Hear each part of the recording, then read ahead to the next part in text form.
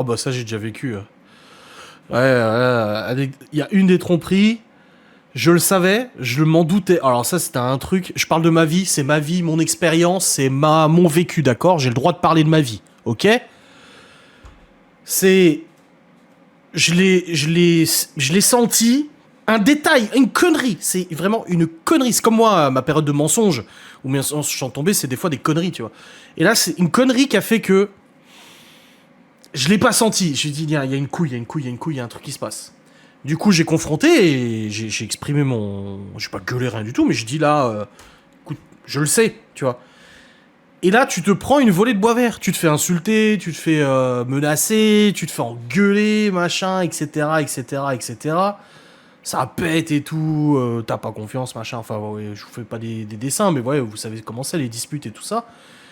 Du coup, toi, tu te retrouves un peu comme un con, tu te dis, bon, ok. Et puis ça rentre, ça t'offre un saucisson, ça t'offre du chocolat, des machins, en s'excusant. Et là, quand tu sais que c'est une relation où t'as pas l'habitude de recevoir des excuses, et que là, il y a des excuses, tu te dis, oh, c'est bizarre. Et finalement, bah, la meuf du mec m'a contacté, quelques semaines après. Et puis finalement, bah, c'était vrai.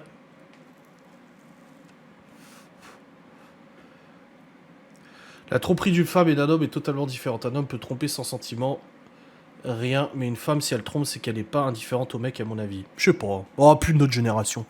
Notre génération, je pense pas. Hein.